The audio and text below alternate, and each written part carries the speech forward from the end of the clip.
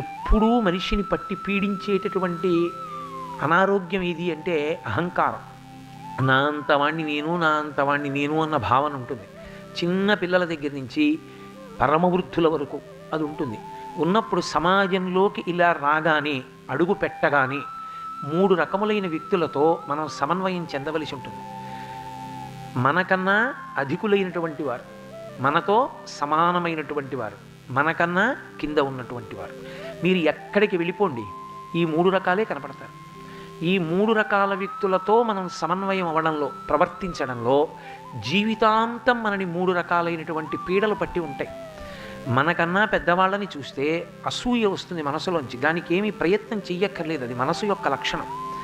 మనకన్నా బాగా చదువుకున్నవాడు కనపడ్డాడు అనుకోండి, ఎంత బాగా చెప్పాడండి మహానుభావుడు, ఎంత గొప్పగా నేర్చుకున్నాడండి అని అభినందించడం చాలా కష్టం. ఆయనకేం తెలుసండి, ఆయన చదివిన పద్యంలో తప్పుంది మీకు తెలుసా? ఓ చోట ఒక మాట మార్చి పూర్తి చేశాడు.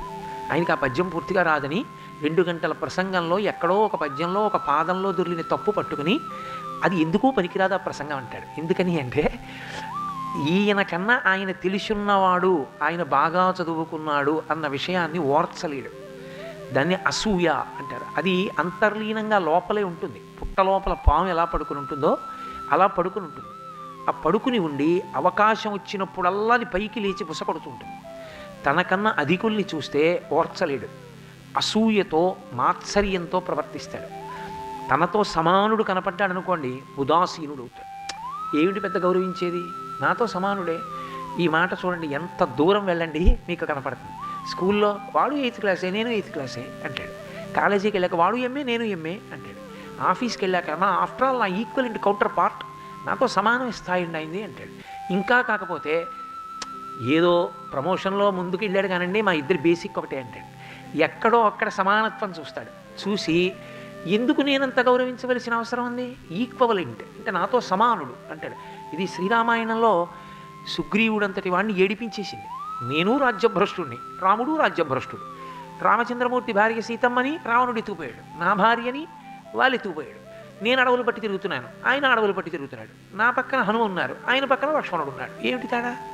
ఓ చెట్టు కొమ్మోటి కొట్టి పారేసి నేను కూర్చుంటాను, నువ్వు కూర్చో అన్నాడు. రాముడి గొప్ప అర్థం కాలేదు. ఎందుకనంటే తనతో సమానుడని చూడడానికి ప్రయత్నిస్తాడు, తనకన్నా తక్కువ వాడని చూడడానికి ప్రయత్నిస్తాడు తప్ప మనిషి వెతికి వెతికి అవతల వారిలో ఉన్న మంచి గుణాన్ని పట్టుకోవడంలో చాలా ఇబ్బంది పడతాడు. దాన్ని తట్టుకోలేడు, ఓర్చలేడు. అది మనిషిని పట్టి పీడిస్తూ ఉంటుంది. ఆ ఉదాసీనత, నాతో సమానుడు కాబట్టి నేను పెద్ద లెక్క పెట్టక్కర్లేదు. ఇక 3వ వాడు తనకన్నా కిందివాడు. ఇది ఎక్కడికి వెళ్ళండి మీకు కనపడతాడు. తనకన్నా క్రిందవాడు, ఆఖరికి 2 ముష్టివాళ్ళు కలుసుకున్నారనుకోండి. 2 ముష్టివాళ్ళు అంటే యాచకులు అందరికన్నా అధమాధమమైన స్థాయి. ఒకరి దగ్గర చెయ్యి చాపితే తప్ప బ్రతకలేడు.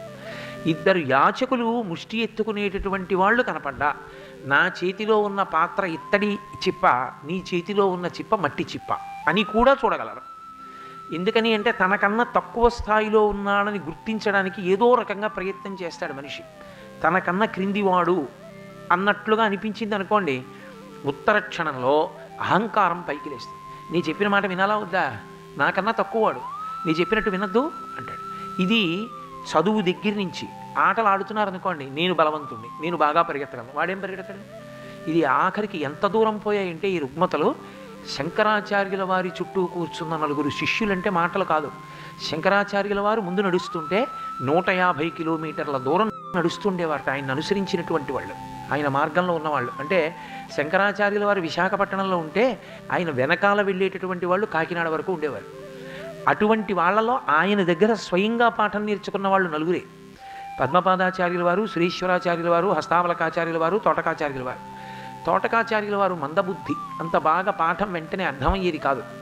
ఆయన ఏదో బట్టలు పిండి ఆరేస్తున్నారు గురువుగారివి. పద్మపాదాచార్యుల వారు చాలా సునిశ్చిత ప్రజ్ఞ కలిగినటువంటి వారు, ఆయనకి వెంటనే అర్థమయ్యేది. శంకరులు పాఠం చెప్పకుండా తోటకాచార్యుల వారి కోసం ఎదురు చూస్తున్నారు, ఇంకా రాలేదని.